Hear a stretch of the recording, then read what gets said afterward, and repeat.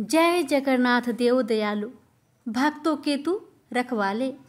भोलेनाथ त्रिपुरारी शंभु, सब दुख तू ही टाले। हरि और हर की वंदना से पावन हो यह वाणी, कृपा बरसे कथा पर ऐसी, जागे अंतर ज्योति प्राणी। हरे कृष्णा, ओम नमः शिवाय। भक्तों, आज की इस वीडियो में आप सभी श्रवण करेंगे आषाढ़ मास महात्म्य कथा अध्याय 1। भक्तों, आज का दिन अत्यंत पुण्य काल है। आषाढ़ मास कृष्ण पक्ष पवित्र गुरुवार, ये वही समय है जब आकाश से धर्म की ध्वनि उतरती है और धरती पर भक्ति की गूंज फैलती है। आज हम उस मास में प्रवेश कर चुके हैं जिसकी एक एक तिथि, एक एक कथा और एक एक भावना आत्मा को पावन करती है। यह मास केवल व्रत उपवास का नहीं, बल्कि अंतःकरण की शुद्धि और ईश्वर से सच्चे जुड़ाव का मास है। जिसने आषाढ़ मास की कथाओं को श्रद्धा से सुना, उसके जीवन के अंधकार मिट जाते हैं और आत्मा को प्रभु का आलोक मिल जाता है। तो आइए इस दिव्य समय में प्रभु का स्मरण करें, उनके चरणों में मन को अर्पित करें और इस मास की पहली कथा की ओर बढ़े, जिसमें छुपा है भक्ति का सार, श्रद्धा का संदेश और मोक्ष की राह। आइए सुनिए कथा। माना जाता है कि भगवान विष्णु जब चारों धामों पर बसे अपने धामों की यात्रा पर जाते हैं, तो हिमालय की ऊंची चोटियों पर बने अपने धाम बद्रीनाथ में स्नान करते हैं। पश्चिम में गुजरात के हरिद्वार में वस्त्र पहनते हैं, पुरी में भोजन करते हैं और दक्षिण में रामेश्वरम में विश्राम करते हैं। द्वारपर के बाद भगवान कृष्ण पुरी में निवास करने लगे और बन गए जग के नाथ अर्थात जगन्नाथ। पुरी का जगन्नाथ धाम 4 धामों में से एक है। यहाँ भगवान जगन्नाथ बड़े भाई बलभद्र और बहन सुभद्रा के साथ विराजते हैं। हिंदुओं की प्राचीन और पवित्र 7 नगरियों में पुरी उड़ीसा राज्य के समुद्री तट पर बसा है। जगन्नाथ मंदिर विष्णु के 8वें अवतार श्री कृष्ण को समर्पित है। भारत के पूर्व में बंगाल की खाड़ी की पूर्वी छोर पर बसी पवित्र नगरी पुरी उड़ीसा की राजधानी भुवनेश्वर से थोड़ी दूरी पर है। आज का उड़ीसा प्राचीन काल में उत्कल प्रदेश के नाम से जाना जाता था। यहाँ देश की समृद्ध बंदरगाह थी, जहाँ जावा, सुमात्रा, इंडोनेशिया, थाईलैंड और अन्य कई देशों का इन्हीं बंदरगाह के रास्ते व्यापार होता था। पुराणों में इसे धरती का बैकुंठ कहा गया है। यह भगवान विष्णु के 4 धामों में से एक है। इसे श्री क्षेत्र, श्री पुरुषोत्तम क्षेत्र, शाक क्षेत्र, नीलांचल, नीलगिरी और श्री जगन्नाथपुरी भी कहते हैं। यहाँ लक्ष्मीपति विष्णु ने तरह तरह की लीलाएं की थी। ब्रह्म और स्कंद पुराण के अनुसार यहाँ भगवान विष्णु पुरुषोत्तम नीलमाधव के रूप में अवतरित हुए और सबर जनजाति के परम पूज्य देवता बन गए। सबर जनजाति के देवता होने के कारण यहाँ भगवान जगन्नाथ का रूप कबीलाई देवताओं की तरह है। पहले कबीले के लोग अपने देवताओं की मूर्तियों को काष्ठ से बनाते थे। जगन्नाथ मंदिर में सबर जनजाति के पुजारियों के अलावा ब्राह्मण पुजारी भी है। ज्येष्ठ पूर्णिमा से आषाढ़ पूर्णिमा तक सबर जाति के दैतापति जगन्नाथ जी की सारी रीतियां करते हैं। पुराण के अनुसार नीलगिरी में पुरुषोत्तम हरि की पूजा की जाती है। पुरुषोत्तम हरि को यहाँ भगवान राम का रूप माना गया है। सबसे प्राचीन मत्स्य पुराण में लिखा है कि पुरुषोत्तम क्षेत्र की देवी बिमला है और यहाँ उनकी पूजा होती है। रामायण के उत्तराखंड के अनुसार भगवान राम ने रावण के भाई विभीषण को अपने इक्ष्वाकु वंश के कुल देवता भगवान जगन्नाथ की आराधना करने को कहा। आज भी पुरी के श्री मंदिर में विभीषण बंदापना की परंपरा कायम है। स्कंद पुराण में पुरी धाम का भौगोलिक वर्णन मिलता है। स्कंद पुराण के अनुसार पुरी एक दक्षिणावर्ती संघ की तरह है और यह 5 कोस यानी 16 किलोमीटर क्षेत्र में फैला है। माना जाता है कि इसका लगभग 2 कोस क्षेत्र बंगाल की खाड़ी में डूब चुका है। इसका उदर है समुद्र की सुनहरी रेत, जिसे महोदधि का पवित्र जल धोता रहता है। सिर वाला क्षेत्र पश्चिम दिशा में है, जिसकी रक्षा महादेव करते हैं। शंख के दूसरे घेरे में शिव का दूसरा रूप ब्रह्म कपाल मोचन विराजमान है। माना जाता है कि भगवान ब्रह्मा का सिर महादेव की हथेली से चिपक गया था और वह यहीं आकर गिरा था। तभी से यहाँ पर महादेव की ब्रह्म रूप में पूजा करते हैं। शंख के तीसरे वृत्त में माँ बिमला और नाभि स्थल में भगवान जगन्नाथ रथ सिंहासन पर विराजमान है। मंदिर का इतिहास। इस मंदिर का सबसे पहला प्रमाण महाभारत के वन पर्व में मिलता है। कहा जाता है कि सबसे पहले सबर आदिवासी विश्ववसु ने नीलमाधव के रूप में इनकी पूजा की थी। आज भी पुरी के मंदिरों में कई सेवक हैं जिन्हें दैत्यापति के नाम से जाना जाता है। राजा इंद्रधुम्न ने बनवाया था यहाँ का मंदिर। राजा इंद्रधुम्न मालवा का राजा था, जिनके पिता का नाम भारत और माता सुमति था। राजा इंद्रधुम्न को सपने में हुए थे जगन्नाथ के दर्शन। कई ग्रंथों में राजा इंद्रधुम्न और उनके यज्ञ के बारे में विस्तार से लिखा है। उन्होंने यहाँ कई विशाल यज्ञ किए और एक सरोवर बनवाया।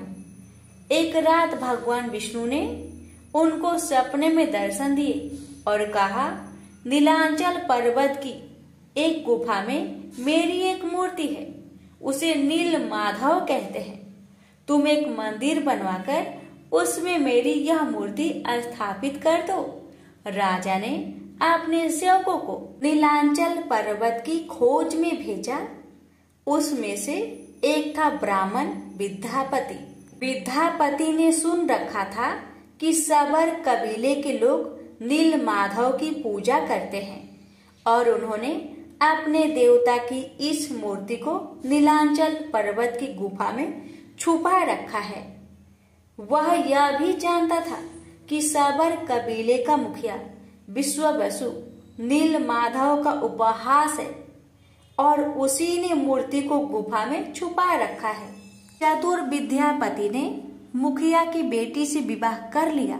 आखिर में वह अपनी पत्नी के जरिए नील माधव की गुफा तक पहुंचने में सफल हो गया। उसने मूर्ति चुरा ली और राजा को लाकर दे दी। विश्ववसु अपने आराध्य देव की मूर्ति चोरी होने से बहुत दुखी हुए। अपने भक्त के दुख से भगवान भी दुखी हो गए।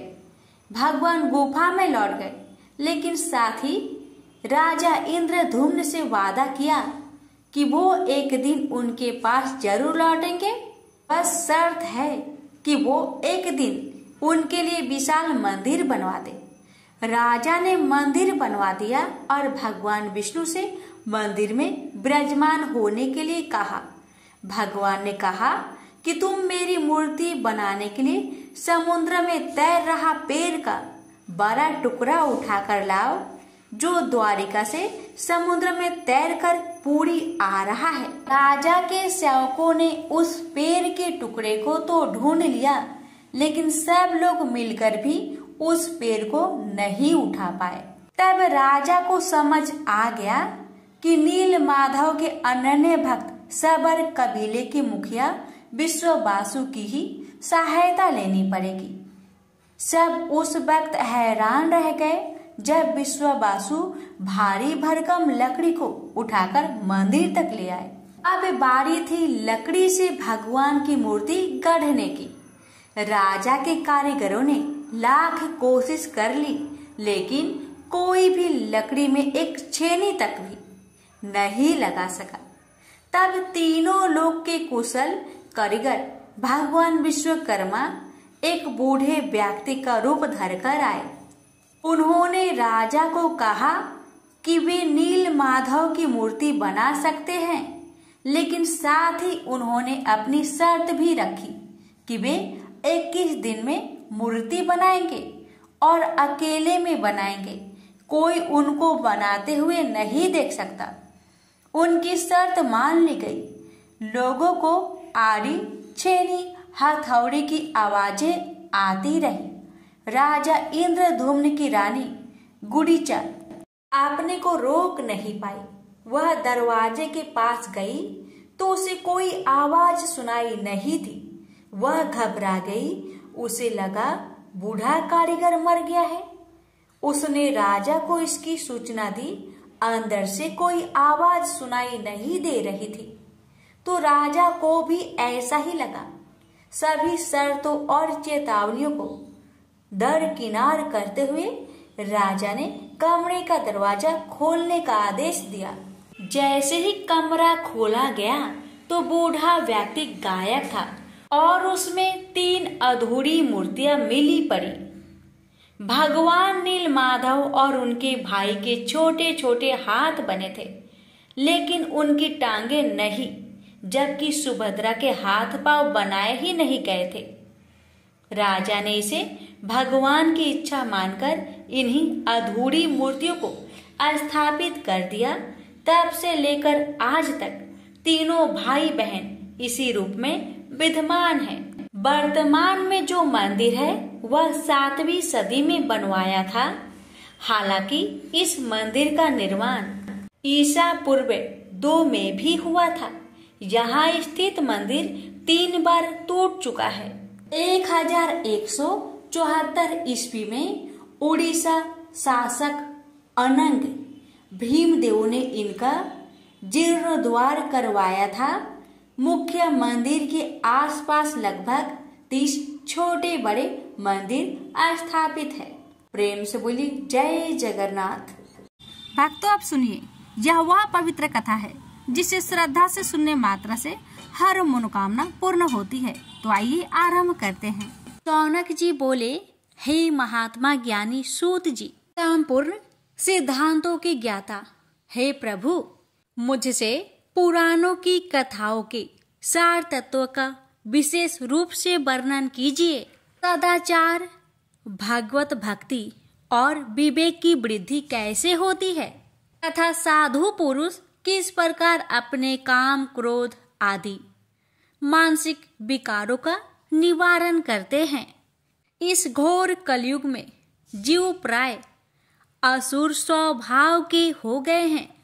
उसी जीव समुदाय को शुद्ध देवी संपत्ति से युक्त बनाने के लिए सर्वश्रेष्ठ उपाय क्या है? आप इस समय मुझे ऐसा कोई शाश्वत साधन बताइए जो कल्याणकारी वस्तुओं में भी सबसे उत्कृष्ट एवं परम मंगलकारी हो तथा पवित्र करने वाले उपायों में भी सर्वोत्तम पवित्र कारक उपाय हो। तात वह साधन ऐसा हो जिसके अनुष्ठान से शीघ्र ही अंत कारण की विशेष शुद्धि हो जाए तथा उससे निर्मल चित्त वाले पुरुषों को सदा के लिए शिव की प्राप्ति हो जाए। सूत जी बोले, मुनिश्रेष्ठ शौनक, आप धन्य हैं। आपके हृदय में पुराण कथा सुनने के प्रति विशेष प्रेम एवं लालसा है, इसलिए मैं शुद्ध बुद्धि से विचार कर परम उत्तम शास्त्र का वर्णन करता हूँ। वत्स, संपूर्ण शास्त्रों के सिद्धांत से संपन्न भक्ति आदि को बढ़ाने वाले, भगवान शिव को संतुष्ट करने वाले तथा कानों के लिए रसायन स्वरूप दिव्य पुराणों का श्रवण कीजिए। यह उत्तम शिव पुराण काल रूपी अर्प से प्राप्त होने वाले महान त्रास का विनाश करने वाला है। हे मुने, पूर्व काल में शिव जी ने इसे कहा था। गुरुदेव व्यास जी ने सनत कुमार मुनि का उपदेश पाकर कलयुग के प्राणियों के कल्याण के लिए बड़े आदर से संक्षेप में इस पुराण का प्रतिपादन किया है। हे मुने, विशेष रूप से कलयुग के प्राणियों की चित्त शुद्धि के लिए इस शिव पुराण के अतिरिक्त कोई अन्य साधन नहीं है। हे मुने, जिस बुद्धिमान मनुष्य के पूर्व जन्म के बड़े पुण्य होते हैं, उसी महाभाग्यशाली व्यक्ति की इस पुराणों में प्रीति होती है। यह शिव पुराण परम उत्तम शास्त्र है। इसे इस भूतल पर भगवान शिव का अडंगमयी स्वरूप समझना चाहिए और सब प्रकार से इसका सेवन करना चाहिए। इसके पठन और श्रवण से शिव भक्ति पाकर श्रेष्ठतम स्थिति में पहुंचा हुआ मनुष्य शीघ्र ही शिव पद को प्राप्त कर लेता है। इसलिए संपूर्ण यत्न करके मनुष्यों ने इस पुराणों के अध्ययन को अभीष्ट साधन माना है और इसका प्रेम पूर्वक श्रवण भी संपूर्ण वांछित फलों को देने वाला है। भगवान शिव के इस पुराणों को सुनने से मनुष्य सब पापों से मुक्त हो जाता है तथा बड़े बड़े उत्कृष्ट भोगों का उपभोग करके अंत में शिवलोक को प्राप्त कर लेता है। राजसूय और सैकड़ों अग्निष्टोम यज्ञों से जो पुण्य प्राप्त होता है, वह भगवान शिव की कथा के सुनने मात्र से ही प्राप्त हो जाता है। हे मुने, जो लोग इस श्रेष्ठ शास्त्र शिव पुराण का श्रवण करते हैं, उन्हें मनुष्य नहीं समझना चाहिए। वे रुद्र स्वरूप ही है, इसमें संदेह नहीं है। इस पुराण का श्रवण और कीर्तन करने के चरण कमल की धूलि को मुनिगण तीर्थ ही समझते हैं। जो प्राणी परम पद को प्राप्त करना चाहते हैं, उन्हें सदा भक्ति पूर्वक इस निर्मल शिव पुराण का श्रवण करना चाहिए। हे मुनि श्रेष्ठ, आदि मनुष्य सदा इसे सुनने में समर्थ न हो तो उसे प्रतिदिन स्थिर चित्त से एक मुहूर्त भी इसको सुनना चाहिए। हे मुने, यदि मनुष्य प्रतिदिन सुनने में भी आसक्त हो तो उसे किसी पवित्र महीने में इस पुराण का श्रवण करना चाहिए। जो लोग एक मुहूर्त उसका आधा, उसका भी आधा अथवा क्षण मात्र भी इस पुराण का श्रवण करते हैं, उनकी दुर्गति नहीं होती। हे मुनीश्वर, जो पुरुष इस शिव पुराण की कथा को सुनता है, वह सुनने वाला पुरुष कर्म रूपी महावन को जलाकर संसार के पार हो जाता है। हे मुने, सभी दानों और सभी यज्ञों से जो पुण्य मिलता है, वह फल भगवान शिव के इस पुराणों को सुनने से निश्चल हो जाता है। हे मुने, विशेषकर इस काली काल में तो शिव पुराण के श्रवण के अतिरिक्त मनुष्य के लिए मुक्तिदायक कोई अन्य श्रेष्ठ साधन नहीं है। शिव पुराण का श्रवण और भगवान शंकर के नाम संकीर्तन दोनों ही मनुष्य को कल वृक्ष के समान सम्यक फल देने वाले हैं, इसमें संदेह नहीं है। कलयुग में धर्म चरण से शून्य चित्त वाले दुर्बुद्धि मनुष्य के उद्धार के लिए भगवान शिव ने अमृत रस स्वरूप शिव महापुराण की उद्भावना की है। अमृत पान करने से तो केवल अमृत पान करने वाला ही मनुष्य अजर अमर होता है, किंतु भगवान शिव का यह कथामृत संपूर्ण कुलों को ही अजर अमर कर देता है। इस शिव पुराण की परम पवित्र कथा का विशेष रूप से सदा ही सेवन करना चाहिए। करना ही चाहिए। इस शिव पुराण की कथा के श्रवण का फल क्या कहूँ। इसके श्रवण मात्र से ही भगवान सदाशिव उस प्राणी के हृदय में विराजमान हो जाते हैं। यह शिव पुराण नामक ग्रंथ 24,000 श्लोकों से युक्त है। इसमें 7 संहिताएं हैं। मनुष्य को चाहिए कि वह भक्ति, ज्ञान और वैराग्य से भांति भांति संपन्न हो, बड़े आदर से इसका श्रवण करे। पहली विशेश्वर संहिता, दूसरी रुद्र संहिता, तीसरी शतरुद्र संहिता, चौथी कोटि रुद्र संहिता और 5वीं उमा संहिता कही गई है। 6ठी कैलाश संहिता और 7वीं वायव्य संहिता। इस प्रकार इसमें 7 संहिताएं हैं। 7 संहिताओं से युक्त यह दिव्य शिव पुराण पर ब्रह्मा परमात्मा के समान विराजमान है और सबसे उत्कृष्ट गति प्रदान करने वाला है। जो मनुष्य 7 संहिताओं वाले इस शिव महापुराण को आदर पूर्वक पूरा पढ़ता है वह जीवन मुक्त कहा जाता है।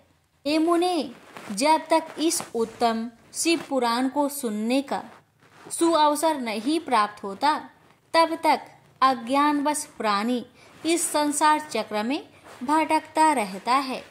भ्रमित कर देने वाले अनेक शास्त्रों और पुराणों की श्रवण से क्या लाभ है, जबकि एक शिव पुराण ही मुक्ति प्रदान करने के लिए गर्जन कर रहा है।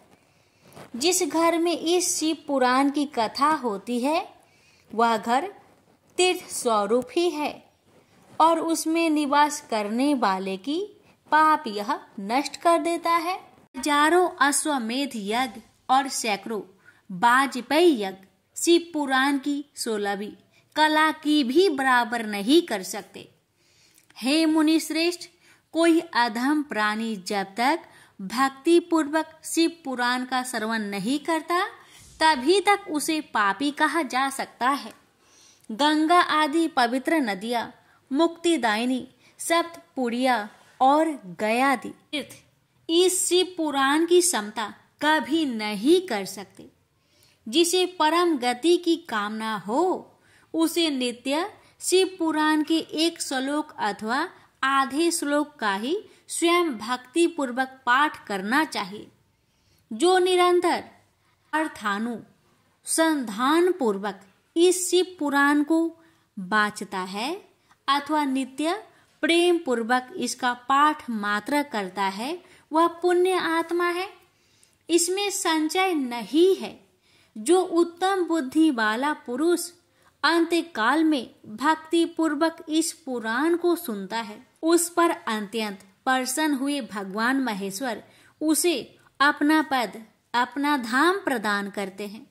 जो प्रतिदिन आदर पूर्वक इस शिव पुराण का पूजन करता है वह इस संसार में संपूर्ण भोगों को भोगकर अंत में भगवान शिव के पद को प्राप्त कर लेता है। तो प्रतिदिन आलस्य रहित हो रेशमी वस्त्र आदि के वेष्टन से इस शिव पुराण का सत्कार करता है वह सदा सुखी होता है। यह शिव पुराण निर्मल तथा सर्वों का सर्वस्व है। यह लोक और परलोक में सुख चाहने वाले को आदर के साथ प्रयत्न पूर्वक इसका सेवन करना चाहिए। यह निर्मल एवं उत्तम शिव पुराण धर्म, अर्थ, काम और मोक्ष रूप चारों पुरुषार्थों को देने वाला है। अतः सदा प्रेम पूर्वक इसका श्रवण एवं विशेष रूप से पाठ करना चाहिए। वेद, इतिहास तथा अन्य शास्त्रों में यह शिव पुराण विशेष कल्याणकारी है, ऐसा मुमुक्षु जनों को समझना चाहिए। यह शिव पुराण आत्म तत्व के लिए सदा सेवनीय है, सत्पुरुषों के लिए पूजनीय है, तीनों प्रकार के तापों का शमन करने वाला है, सुख प्रदान करने वाला है तथा ब्रह्मा, विष्णु, महेश आदि देवताओं को प्राणों के समान प्रिय है। ऐसे शिव महापुराण को मैं प्रसन्नचित चित्त से सदा वंदन करता हूँ। भगवान शंकर मुझ पर प्रसन्न हो और अपने चरण कमलों की भक्ति मुझे प्रदान करे। तथा शौनक जी बोले, हे महाभाग सूत जी, आप धन्य हैं, परमार्थ तत्व के ज्ञाता हैं। आपने कृपा करके हम लोगों को यह बड़ी अद्भुत एवं दिव्य कथा सुनाई है। हमने यह पाप नाशिनी मन को पवित्र करने वाली और भगवान शिव को प्रसन्न करने वाली अद्भुत कथा सुनी। भूतल पर इस कथा के समान कल्याण का सर्वश्रेष्ठ साधन दूसरा कोई नहीं है। यह बात हमने आज आपकी कृपा से निश्चय पूर्वक समझ ली है। हे सूत जी, कलयुग में इस कथा के द्वारा कौन कौन से पापी शुद्ध होते हैं, उन्हें कृपा पूर्वक बताइए और इस जगत को कृतार्थ कीजिए। सूत जी बोले, हे मुने, जो मनुष्य पापी, दुराचारी, खल तथा काम क्रोध आदि में निरंतर डूबे रहने वाले हैं, वे भी इस पुराण से अवश्य शुद्ध हो जाते हैं। यह कथा वास्तव में उत्तम ज्ञान यज्ञ है, जो सदा सांसारिक भोग और मोक्षों को देने वाला है, सभी पापों को नष्ट करने वाला है और भगवान शिव को प्रसन्न करने वाला है।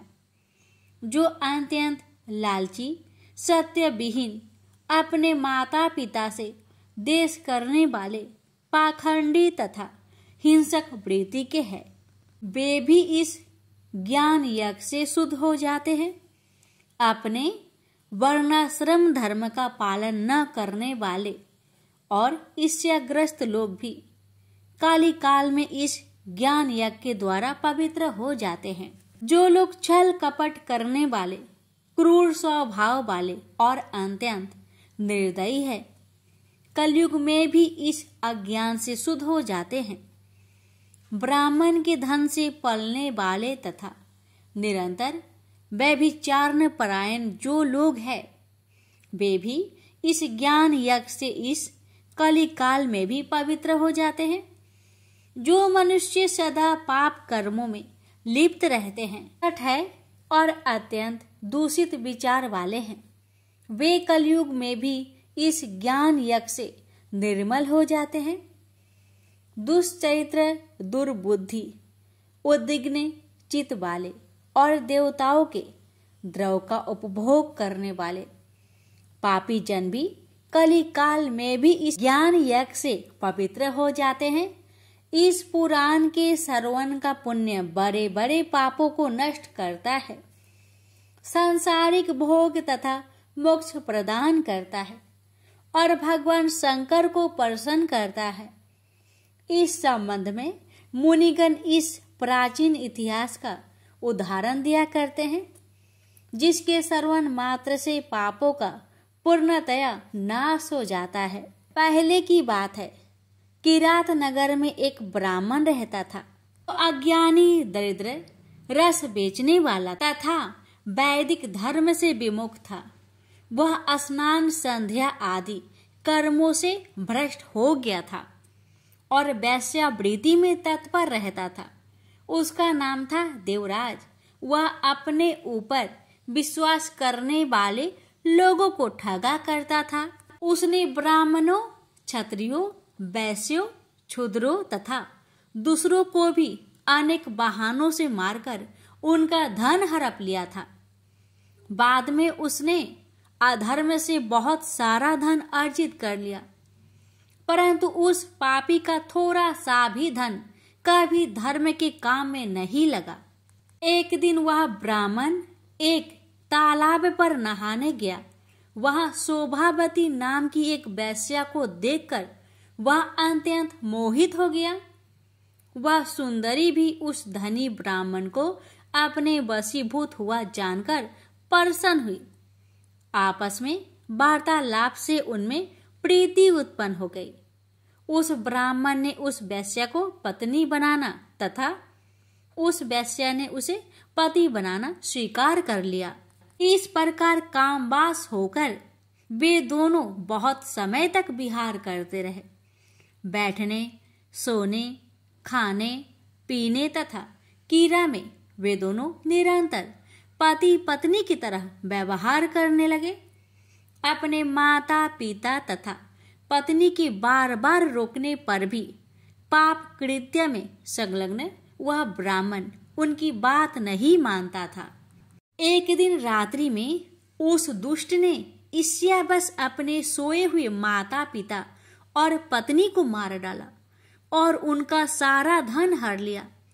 वेश्या में आसक्त चित्त वाले उस कामी ने अपना और पिता आदि का सारा धन उस वेश्या को दे दिया।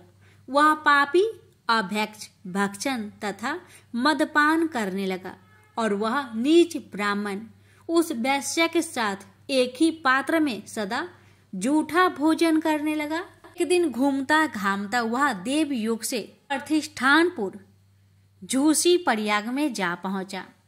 वहां उसने एक शिवालय देखा। वहां बहुत से साधु महात्मा एकत्र हुए थे। देवराज उस शिवालय में ठहर गया और वहां उस ब्राह्मण को ज्वर आ गया। उस ज्वर से उसको बड़ी पीड़ा होने लगी। वहां एक ब्राह्मण देवता शिव पुराण की कथा सुना रहे थे। ज्वर में पड़ा हुआ देवराज ब्राह्मण के मुखा रविंद्र से निकली हुई उस शिव कथा को निरंतर सुनता रहा। एक मास के बाद वह ज्वर से अत्यंत पीड़ित होकर चल बसा। यमराज के दूत आए और उसे पासों से बांधकर बलपूर्वक यमपुरी ले गए। इतने में ही शिवलोक से भगवान शिव के पार्षद गण आ गए। उनके गौर अंग कपूर के समान उज्जवल थे। हाथ त्रिशूल से सुशोभित हो रहे थे। उनके संपूर्ण अंग भस्म से उद्भासित थे और रुद्राक्ष की मालाएं उनके शरीर की शोभा बढ़ा रही थी।